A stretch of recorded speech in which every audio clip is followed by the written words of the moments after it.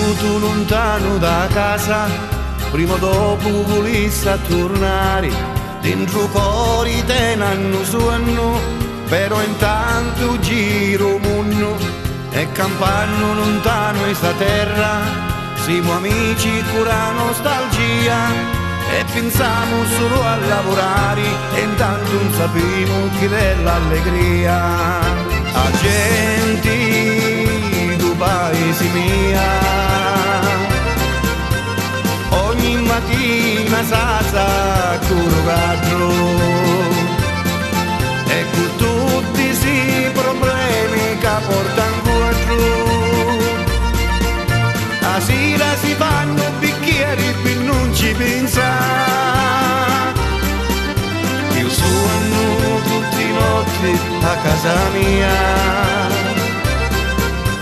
a chi la vecchia stanca è buratia, che di sicuro sta aspettando a mia. Voglio tornare a Roma mia.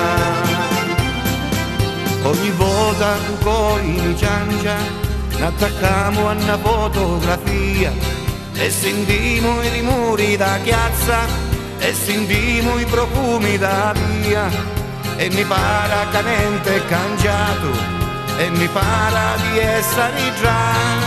Ma più mo punta sulla fatica che è l'unica cosa che mi tiene a casa. I casi che si affacciano in ragazza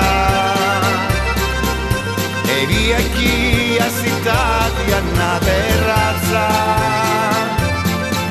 che contano i fatti di una volta.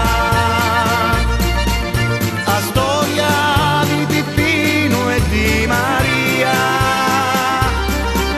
Pippino dell'America centrale,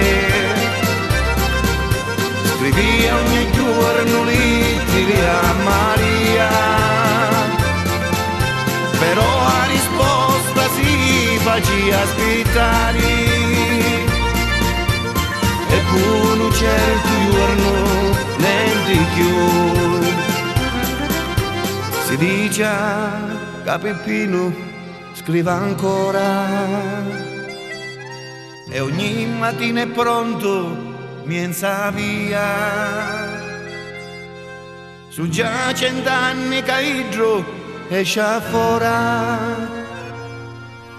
e aspetta la risposta di Maria.